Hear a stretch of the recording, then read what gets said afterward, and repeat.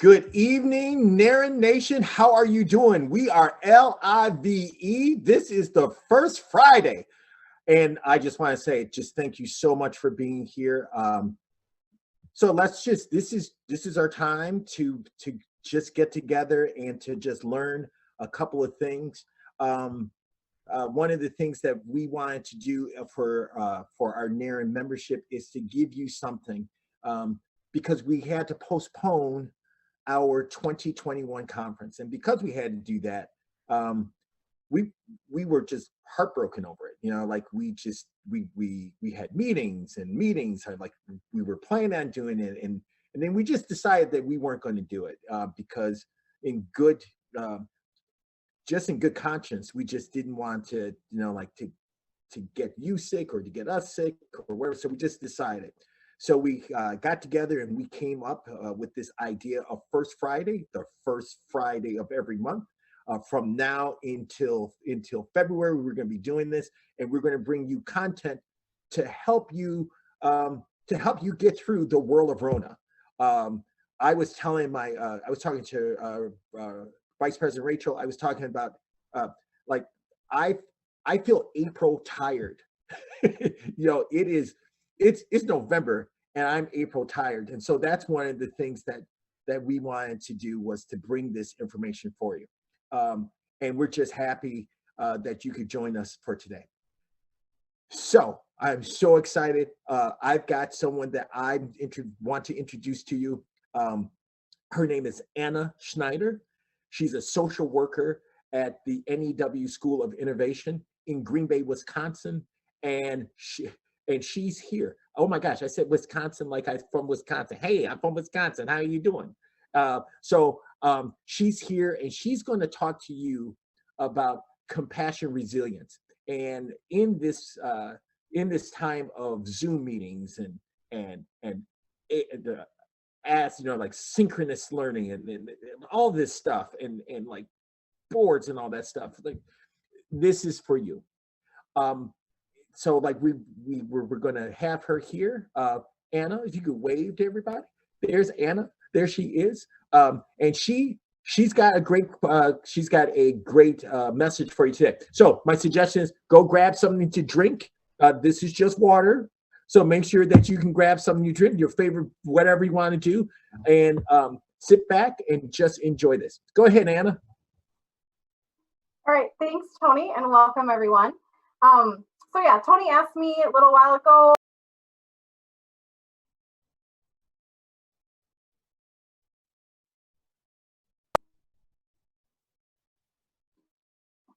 I think I'm unmuted. Now I'm unmuted.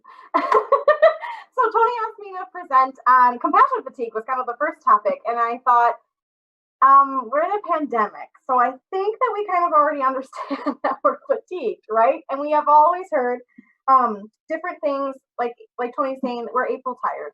We've tried different things. We've been told self-care, take time for you. And as a social worker, I've heard that as well, but I've never really done it. And so I wanted to kind of switch gears today to talk a little bit more about being resilient through our compassion and how we can do that. And so how we can adapt what we're doing, what we're so good at, and so we can make it better for ourselves and take care of ourselves. And so just a few things. You'll see on the link underneath this live stream, there's a Padlet. And so what that Padlet is it's just a way that we can kind of interact today. So if you have a comment or a question, you just click on that link. It'll bring you up to this beautiful page of a beach. And then on the bottom right corner, you can click edit, and that will bring up a box that you can type in. You can say you can title it, and then you can write a comment or a question, and then people can like that or different things like that. So that can kind of be a way that we can interact tonight. And I will be checking that periodically just to check in with you all. And the other thing I wanted to share is in my PowerPoint. I'm not a PowerPoint guru, but I shared a lot of pictures of when my husband and I 2 years ago visited Maui, Hawaii. And I did that purposely because the pictures are amazing. But in all honesty, that was the first time that I realized what it was like to feel better, to feel okay, to feel content. And it gave me a little glimpse of what that was like. And so I came back and I tried to find that for a while. And you'll find in the story today that I didn't find it until COVID, which is kind of an interesting story. So that's what I'm here to talk to you about today, not adding more to what to do, how to do it. But again, we're just kind of changing our perspective a little bit on the how, because you can get more out of the work that you're already doing just by switching it up a little bit. So again, I see compassion resilience as being resilient through our acts of compassion, how we can adapt how we're doing what we're doing to take better care of ourselves. So we are in the education field because we are compassionate people with compassionate hearts. And I'm speaking to my alt-ed people out there that I feel like when we're working with our At Promise students, we are in kind of our own group, our own feeler group. We see things differently, and I think we do things differently. And these are our kids. They're not just the kids of our school. I feel like we do things very passionately in the work that we do because of the structure that we have to work in. So with that closeness comes a greater sense of awareness of others, of our students, of our coworkers, and their needs, and the desire to alleviate that stress or alleviate some of their concerns. And so with greater needs and more resources needed, because there's sometimes fewer of us. I remember being at NARN and some people were saying that they were just a team of one. It puts us a little bit more at risk for this type of fatigue. And so by changing the work that we do, we can kind of make some protective factors in what we're doing. So we all want to fix things because it's our people that we want to support, right, and help. And so by seeing or experiencing things, it's leading to exhaustion, and it's leading to exhaustion a lot sooner. And we're noticing that with COVID is that our kids, our At Promise kids, are experiencing this type of learning, whether it be virtual or hybrid or just the needs that COVID is bringing, mental health needs, etc. That it makes us more empathetic versus sympathetic to their needs. The work that we do is more empathetic.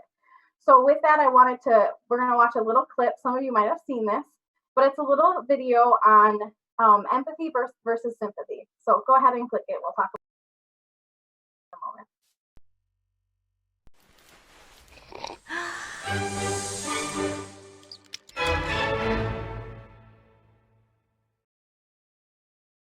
So what is empathy, and why is it very different than sympathy?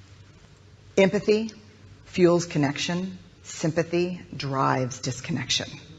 Empathy, it's very interesting. Teresa Wiseman is a nursing scholar who studied professions where empathy is relevant and came up with 4 qualities of empathy.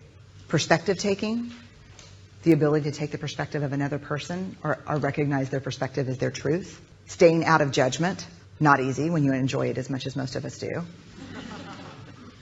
Recognizing emotion in other people and then communicating that. Empathy is feeling with people. And to me, I always think of empathy as this kind of sacred space when someone's kind of in a deep hole and they shout out from the bottom and they say, I'm stuck, it's dark, I'm overwhelmed. And then we look and we say, hey, you can climb down. I know what it's like down here, and you're not alone. Sympathy is, ooh, it's bad, no, you want a sandwich? Empathy is a choice, and it's a vulnerable choice, because in order to connect with you, I have to connect with something in myself that knows that feeling. Rarely, if ever, does an empathic response begin with at least. Yeah. And we do it all the time. Because you know what? Someone just shared something with us that's incredibly painful, and we're trying to silver lining it. I don't think that's a verb, but I'm using it as one. We're trying to put the silver lining around it. So, I had a miscarriage. Oh, at least you know you can get pregnant. I think my marriage is falling apart. At least you have a marriage. John's getting kicked out of school. At least Sarah is an A student. But one of the things we do sometimes in the face of very difficult conversations is we try to make things better. If I share something with you that's very difficult, I'd rather you say, I don't even know what to say right now, I'm just so glad you told me. Because the truth is, rarely can a response make something better. What makes something better is connection.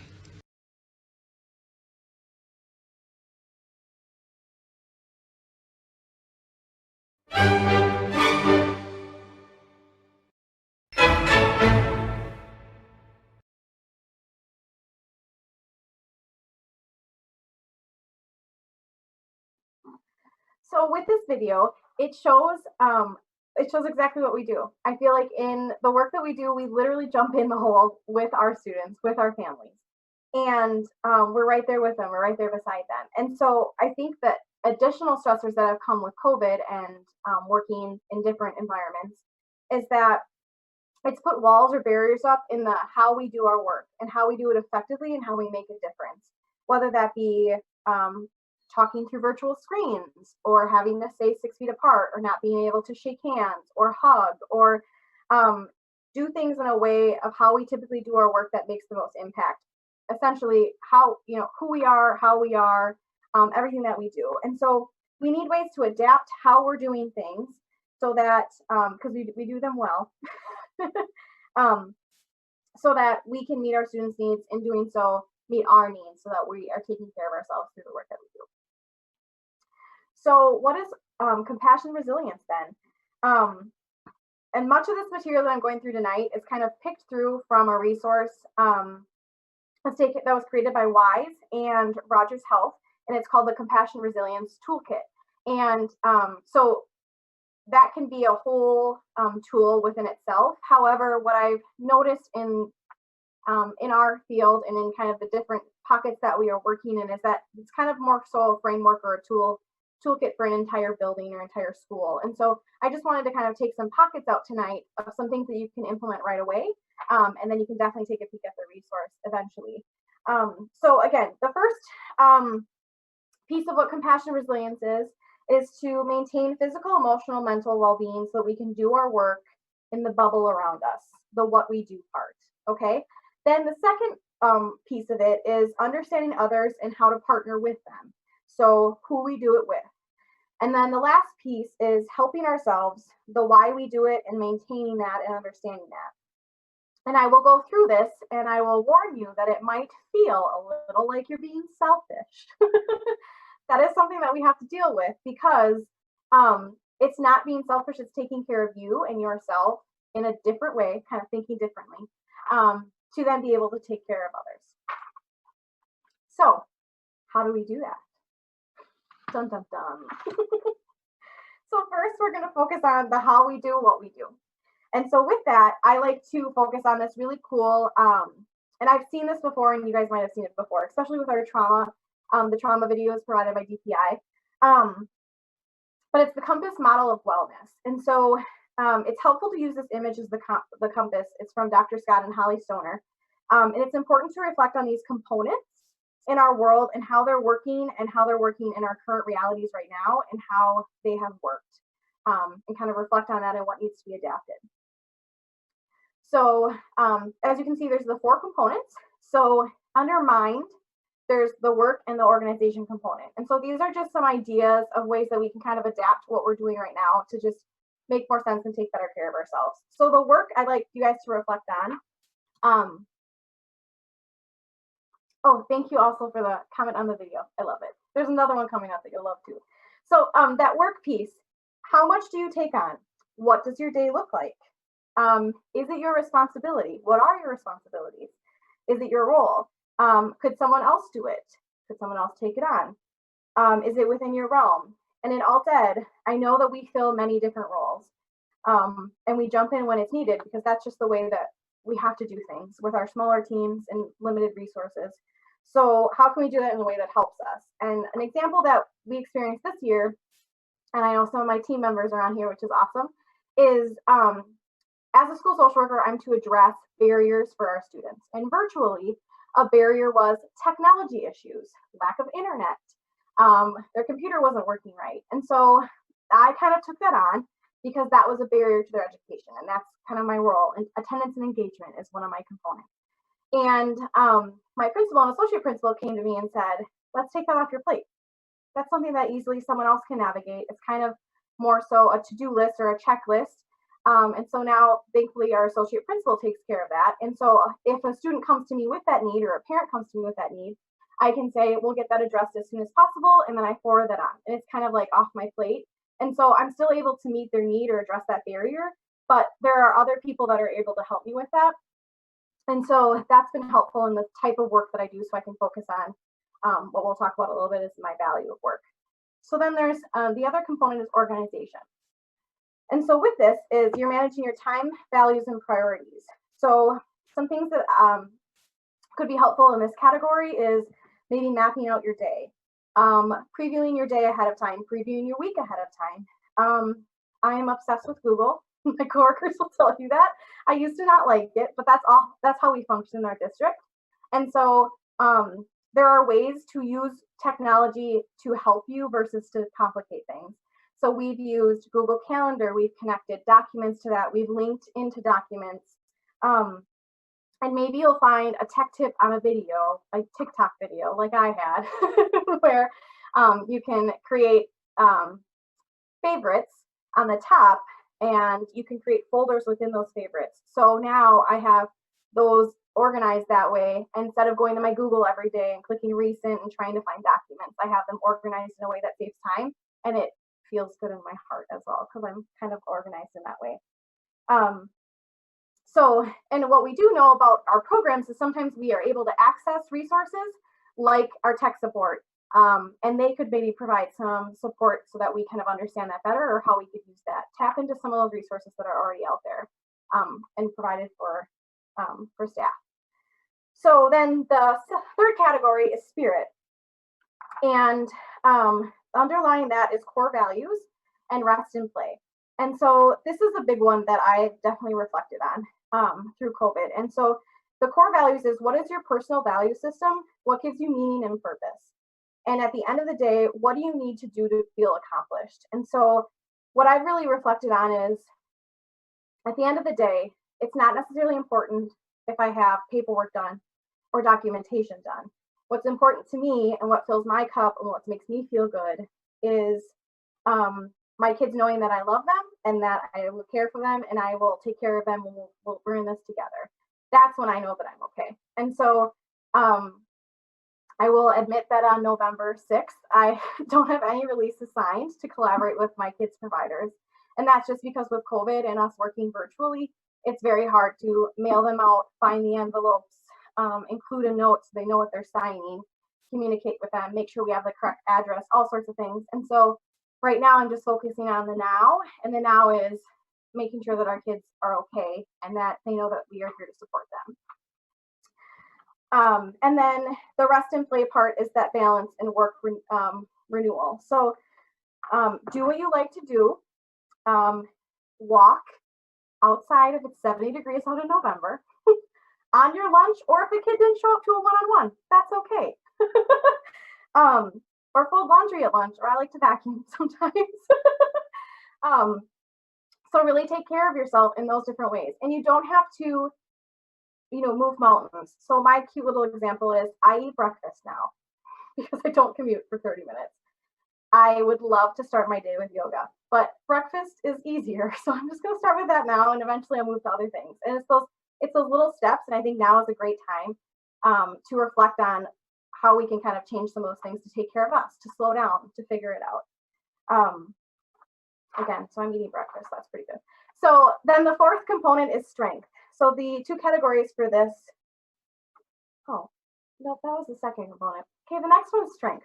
So this is stress resilience and then care for body. So stress resilience is dealing positively with challenges that arise in our life. So is this going to impact my goal or purpose? Should I be stressed about it? And I was talking to Tony about this earlier. In the former place that I had worked, I feel like I created a lot of my stress.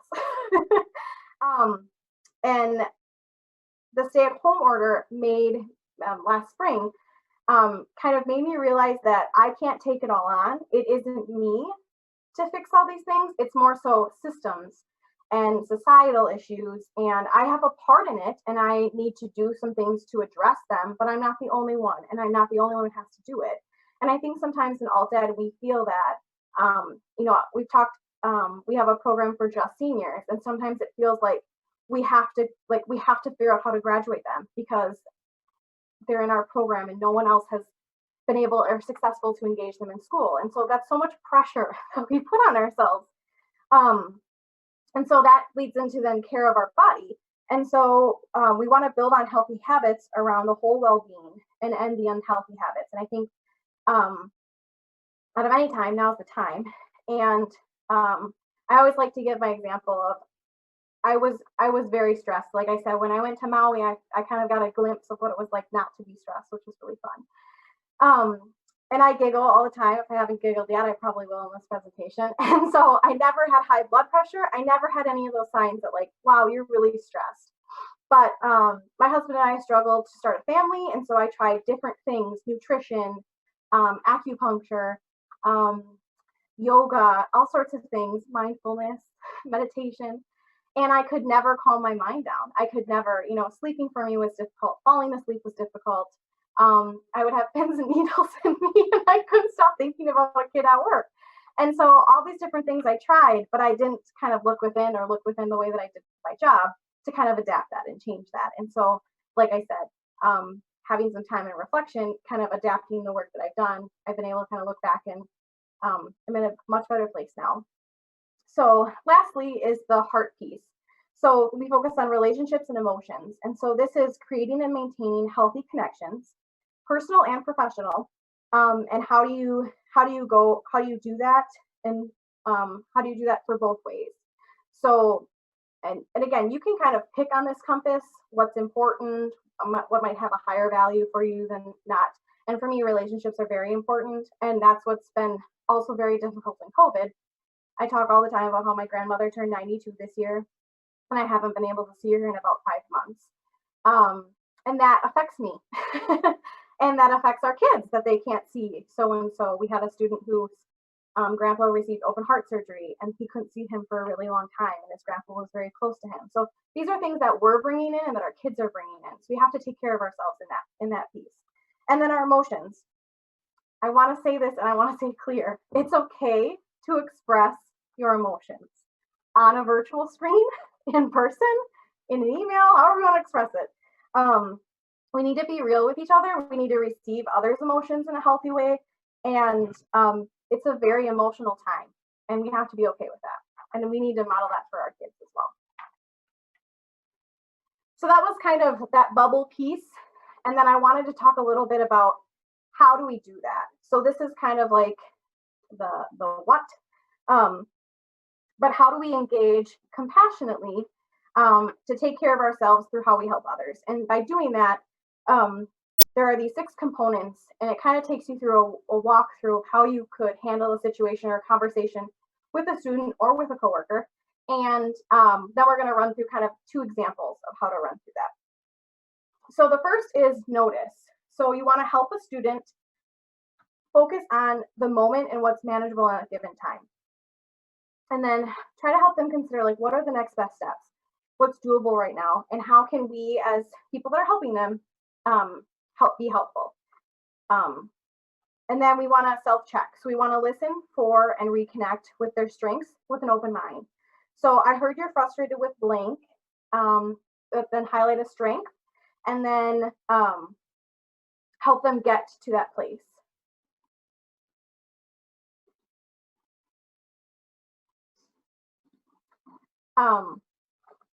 And then we want to seek understanding. So focus on recent, when a challenge wasn't a barrier, and try to help them work through that a little bit. So recently you were able to do blank. What's different? It sounds like this has come up in the past.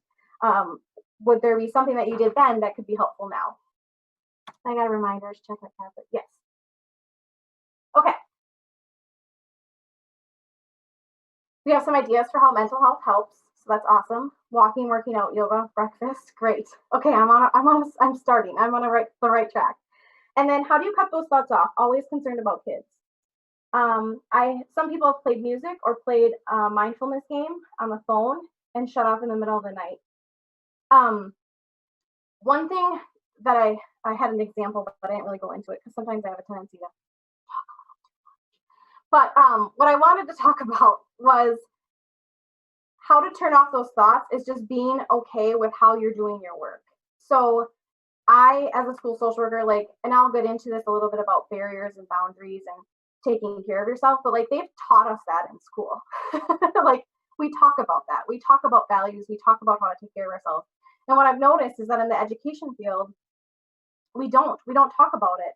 And so in a time like this where it feels like we're constantly logged in, we're constantly on all the time, it's very hard to kind of turn that off and to not worry. And so the thing that's helped me the most, because I just had a situation on Tuesday where I've been working with a family and the student has significant mental health needs, and needs aren't really being met currently at home. But what I know is that this student knows that if they need anything, they know how to reach out to me, and they know that I care, and they know that I'm there for them. And that doesn't mean that it has to be after the hours of 7:15 to 3:45.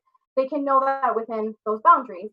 And so in responding to that, yes, did I have to make a welfare check? Yes, but I knew that the child knew that I cared. And then the next day they reached out to me through an email with a heart emoji in the comment, and things were okay, and they wanted to talk. So I think it's a learning process, but again, I think it's to that whole mindset of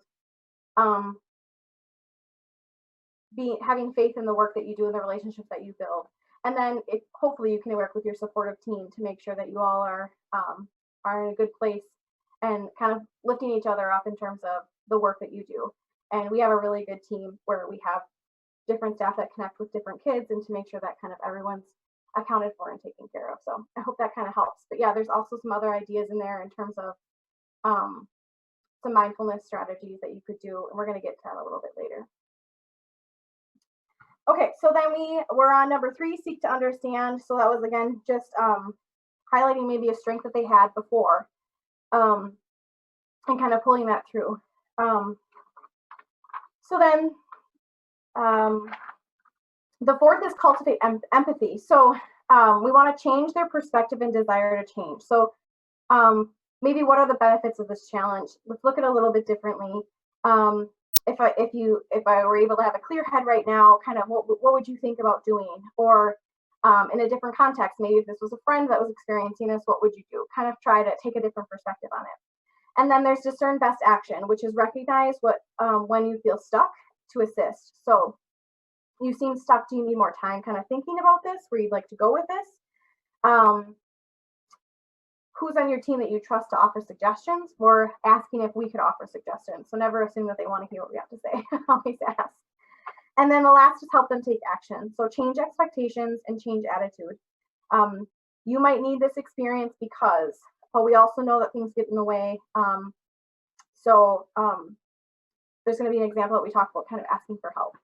And like I said, this kind of strategy, and you'll get a link of these questions and kind of how to process through it, can also be done with our coworkers to support them. So then this image kind of just takes us through the circle of what it looks like, the cycle. And I wanted to give the example too that I feel this way. Yes, it could work with adults too, you bet. I've felt pressure on and to use this, or to think about this at least, with attendance and engagement this year. And I think we as teachers and educators can think about it this way too, because are we not doing enough to keep them engaged? Was my class not interesting? Was my one-on-one not interesting? Am I not interesting? Is what we're doing not good enough? And we kind of question ourselves with that. But one thing I like to specify is, no, we're in a pandemic, and if we create this space to ask, what is it that's keeping you from getting engaged or from being engaged? And I'll give you an example that my coworker and I had just this week. By providing that space, you'll be amazed at what responses we get. Instead of thinking that we have to take it on ourselves to fix, we can kind of fix it with someone. So this is the next scenario that we're going to kind of work through, and I'm going to check my chat, my Padlet, that's right there. So the parent of one of your students has shared with you that she is having a rough time and may have to remove her child from all extracurricular activities because she can no longer afford to pay for program fees. The child is very involved in both the arts and sports and is upset at the possibility of having to give them up. So the first thought, what are some of your first thoughts of like, how could you quote unquote fix it in this example? I'll look for some Padlet.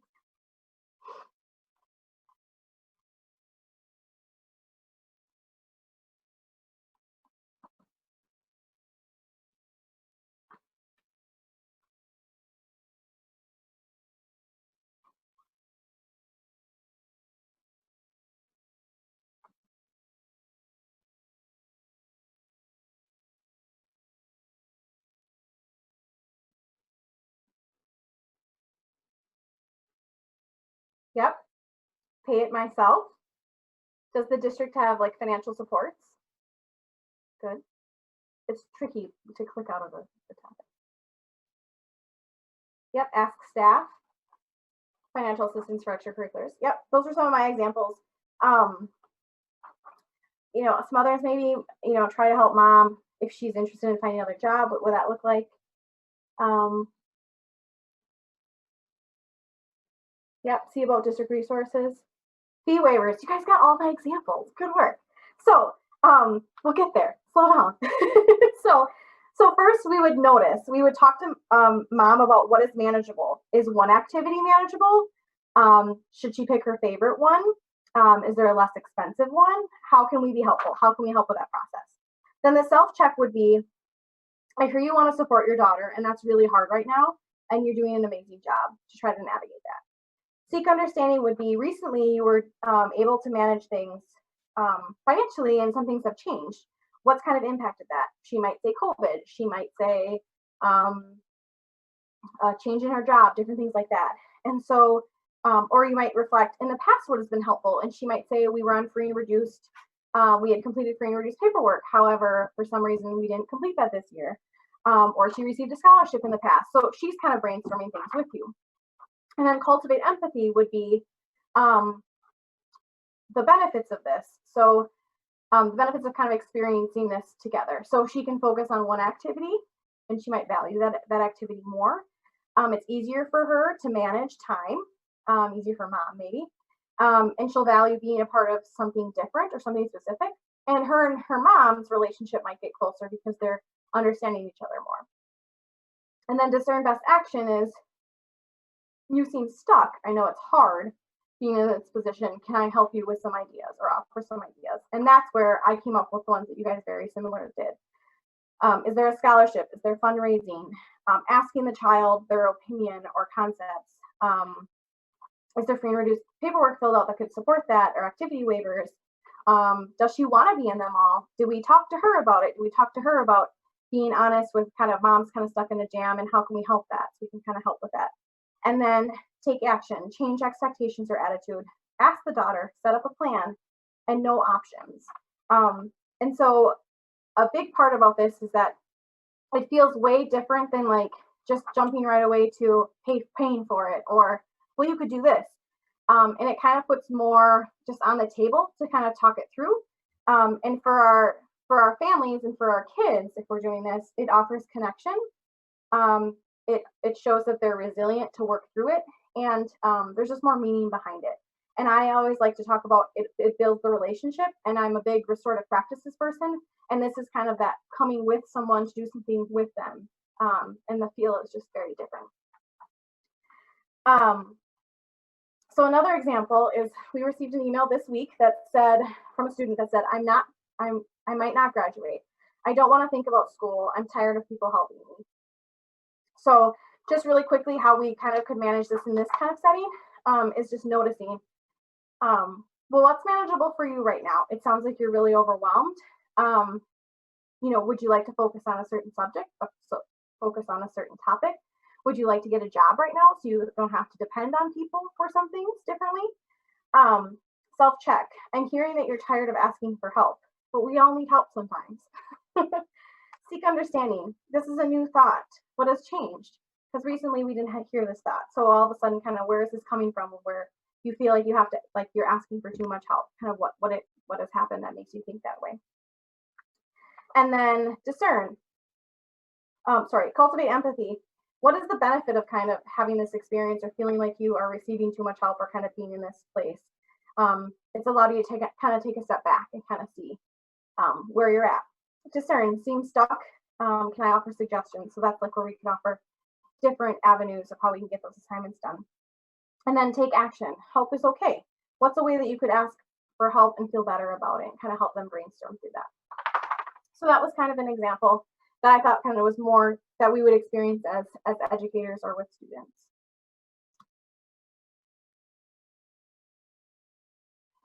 Okay, so in doing those kind of two main concepts, so the compass and then compassionate engagement, that does something for our culture and for our organization and for our school or for our program.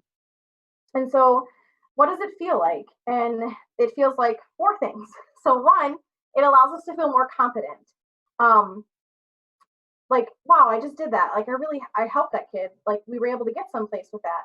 I was able to have success with that student. Educational support. It sets up a different kind of platform for educator support. So socially support each other in this framework and mitigate secondary trauma. And again, that's not like kind of everyone kind of complaining together. That's collaborating and working through and experiencing that together as a group. And then it's supportive supervision. So coming alongside and a team approach, and we are trying to do this at NEW, especially in the virtual setting, joining each other in classes, and kind of, since EE is, we don't know what that is this year yet, that tier of mentorship and kind of supporting each other. It's not only your admin that have that knowledge, it can be other people on your staff and kind of building off of that. And then lastly, climate and creating a supportive climate. So that peer-to-peer consult, we've provided surveys to staff, and then collaboration on how to address that, committees, just providing time to talk. We used to do breakfast in the morning on Fridays at a local cafe, and we really, really miss that. And then we also have circle every morning to kind of build that supportive culture. So we join every morning at 8:20, and we giggle quite a bit. So next then that was kind of the first piece. Now we want to move into understanding others and how to partner with them and how that can help us in the work that we do. So identifying and addressing the barriers to caregivers, parents, and colleagues to be able to better effectively partner on behalf of them. So first we have to have compassion for others, and that means our coworkers, students, parents, caregivers, community members, everyone. Yes, and then there's also a note on the Padlet. I love the coffee clutch. That's like my side favorite, and I tried to do it this year, but it's just hard to do it virtually. But we'll get it back and going. That's just where you drink coffee and you just socialize. I learned it from my grandma. So compassion for others is your attention is geared to the other person. Tell yourself, just like me, we want to do well. We want to be happy. Just like me, we want to avoid feeling junky, right? This person is trying to avoid suffering in their life. Just like me, we've experienced a lot. This person has known sadness, loneliness, and despair. Just like me, this person is seeking to fill their needs. We want to have our needs be met. And just like me, this person is learning about life, and we're all learning. And I think by having this positive intent and taking this perspective, we're kind of just more gentle on each other. And I think that, in this time where we're communicating virtually and through email, there's just a lot of kind of in-betweens that we can kind of try to fill those gaps. So we also want to remind ourselves when working with families, again, that all families have dreams for their children and want the best for them. The intention is that we all want the best. We all are on the same playing field. And then all families have the capacity to support their children's learning, and the families are our asset to build off of. We need to use them, work together with them. Again, the next one is we are equal partners. And I mean that equal. So how can you engage your families to be equal partners, to be engaged? One thing that we've noticed at our school is that we are competency-based. And so if kids miss school, we're able to kind of loop them in and support them and get them back going, because they need to just show that they understand those competencies And so we spiral that curriculum to support them and things like that. And so we've learned that we've had to kind of explain that to caregivers and parents, that that's kind of how we do things, and it's a little bit different, but it's okay. We're in this together, and that's kind of how we do things. And then the responsibility for cultivating and sustaining partnerships among school, home, and community rests primary with school staff, school leaders, family, and community members. So I kind of looped that one together. So it's a community effort. And I think we're seeing that. And I think other people are seeing that now more than ever before with COVID, that it's not just a school issue. It's not just a family issue. We need to support each other and be in this together. Okay, for the fun part, helping you. And I haven't even described any of my other Hawaii pictures on here. So if y'all have questions, I can go through them later, because I love all my pictures. I look at them a lot. Okay, so here's the good stuff, the boundary setting. So there's kind of 6 components to this: to set boundaries, to build compassion, resilience. And so we want to set values, and we want to stick to them. At the end of the day, again, that my values, at the end of the day, they know that I love them. And I stick to that. I hold that firm. I don't need to work on boring paperwork if I'm feeling good about the day. That's just not taking care of myself.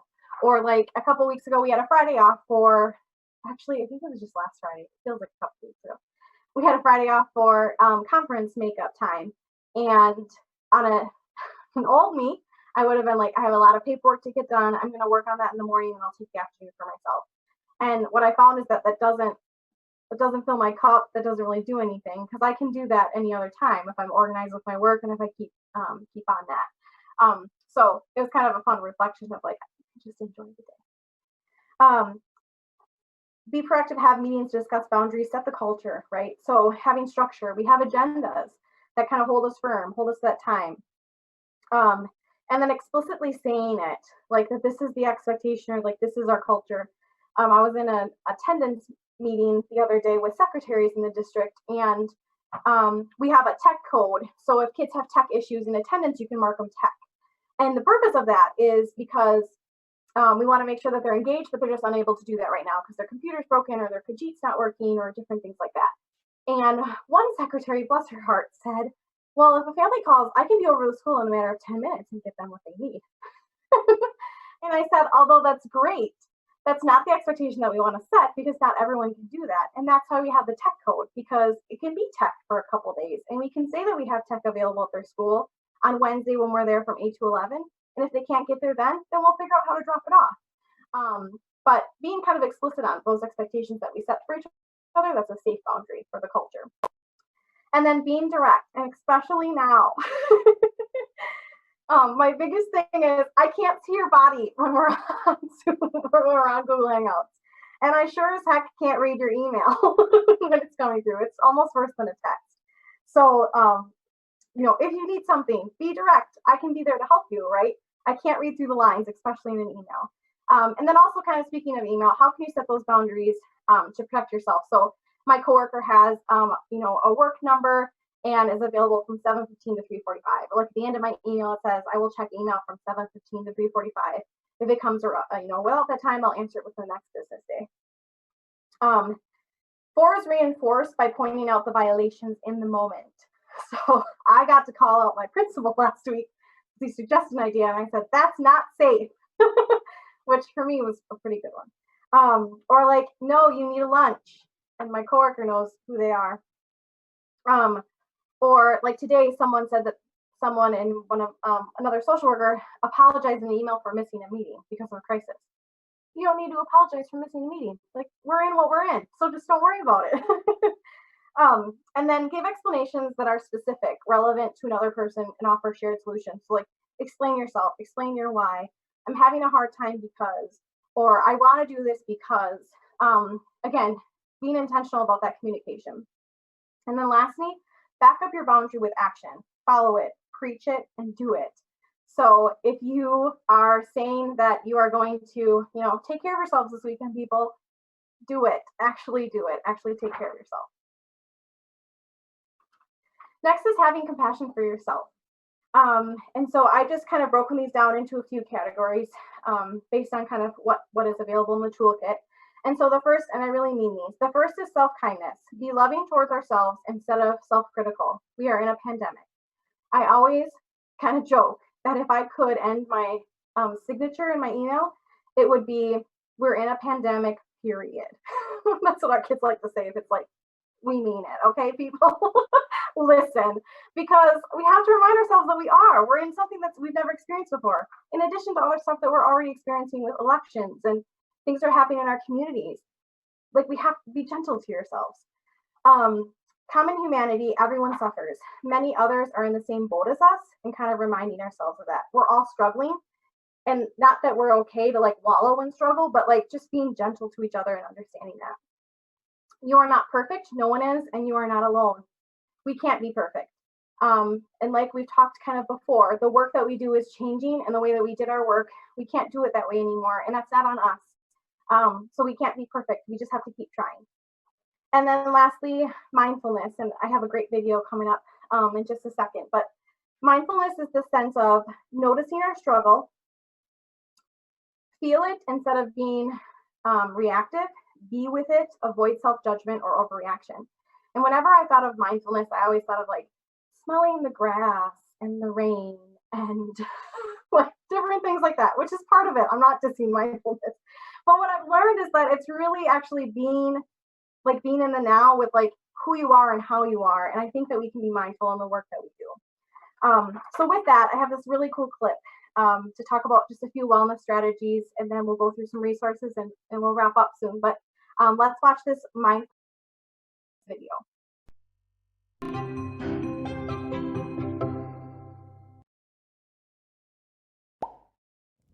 There is a story, usually attributed to the Native American tradition, which illuminates different ways of paying attention.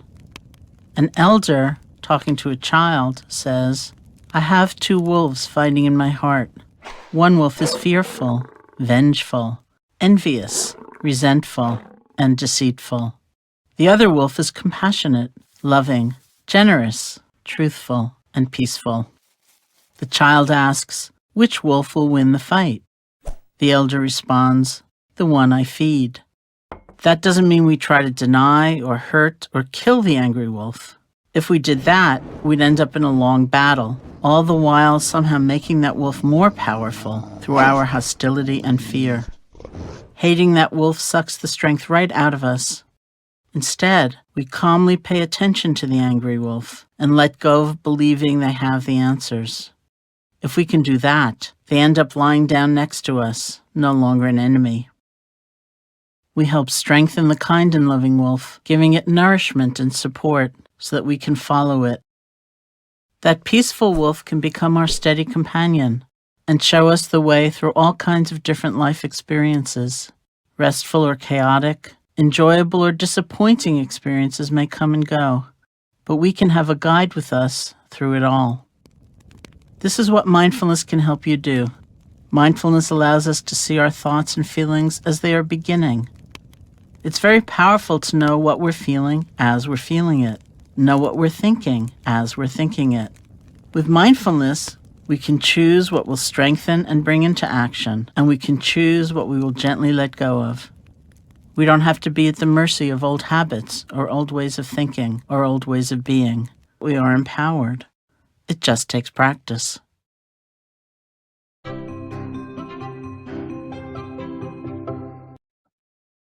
All right, so I had never seen that video before, and I really appreciated it because it talks about, knowing when you're feeding the wrong one and letting go. Use it, let it help you, and you have the choice. You have the choice to choose. Do you want that one to kind of run everything going on in your mind, or do you want the other one? And then just being able to follow that and kind of being able to kind of support yourself in that way. So I really love that video. And then the spirit part is understanding your purpose and defining that for yourself. So like we talked about a little bit, but some people also are big mission statement people. So maybe and we've talked about this in some other training that I've had, like writing a mission statement for yourself that you could make all pretty and decorative and keep on your desk or keep at your desk at home, just to kind of remind yourself to kind of reflect on. And then strength through stress. How do you feel stress? So that view in a mindful way, is it healthy? or is it worthy of your worry, or and if so, what are you going to do about it? And in the resources, I'll just talk to you about a little clip about this researcher. It's a TED Talk. Everyone loves TED Talks. About how she was talking about how stress is bad for you. However, it's how you perceive stress that actually can be more harmful to you. And then lastly, your heart. And I love this. And I think I'm going to print it out and put it at my desk at home. So may I give myself the compassion that I need. May I learn to accept myself as I am. May I forgive myself. May I be strong. May I be patient. I think that just reminding ourselves to take care of ourselves in that way. So these are your grab and goes. And I put this picture on because I love Crocs. And this is a really cool beach in Maui that you can take with you. So these resources. So the first one, and we'll be sharing this PowerPoint so you can kind of link through these. And then I'm also going to put some more detailed notes on the PowerPoint so you kind of know because of the stuff that I've talked about. So the first one is questions to walk through. You can print those out. Like I had said before, we had gone through kind of those examples if you want to use that as like a framework to working with students and working with families. The second one is the compass model, and it's fatigue versus resilience, and you can what it looks like. So you can kind of compare that. And then there's a self-compassion quiz, which you would tally, and then you would score it to kind of see how self-compassionate are you. And you could do that now, and then you could do it again in February and again in May, or so forth. It's kind of a cool reflection. And then there's the fourth one, which is secondary trauma assessment. It's kind of more so for a team at a school, but I think it would be kind of cool to reflect on. Not, maybe having admin on board with that. And then there's the wellness compass. What are you doing? What can you do? You can kind of plan that out.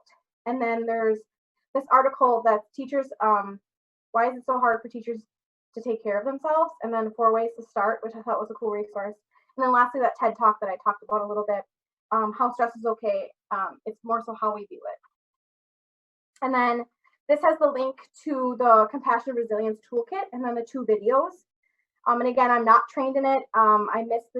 We missed the deadline at noon today for the next training, so we're on the docket for January. So, but it's a free resource. All you have to do is enter your email. And again, it's probably better to do it with Fidelity for the whole program, but I know that sometimes it can be overwhelming and then you need admin support. And so there's just a lot of components. And right now I feel like we just need stuff now. So this is stuff that you can take and you can use. And then lastly, my final slide is, I just want to remind you all to be your best self. You deserve it, and it's your journey. And this is a picture of me at my 30th birthday, which was this past May 31st. And at my 29th birthday, I cried, and I don't know why. But on my 30th birthday, I had this huge smile on my face. And it's because I finally decided that it was time to relax and enjoy my life for what it was, and be thankful for what I had and the skills that I have and how I do my work, and to just be okay with it. So I hope that you guys can take some of these skills today and apply them so that you can feel the same. Thank you so much for sharing your Friday night with me. Wow. Anna, thank you so much. Just thank you for all of that great information. Just got some information to close up, or to just before we wrap up. Our next First Friday is on December the 4th, 6 o'clock, same bat time, same bat channel. If you're old, you know where that comes from. If you're young, use the Google. But that is one of the things that we have something special planned for you on December the 4th. And we are excited that you could just thank you for being here with us and kicking off this inaugural First Friday event. And we hope to see you on December the 4th. Thank you, and have a great night and have a wonderful weekend.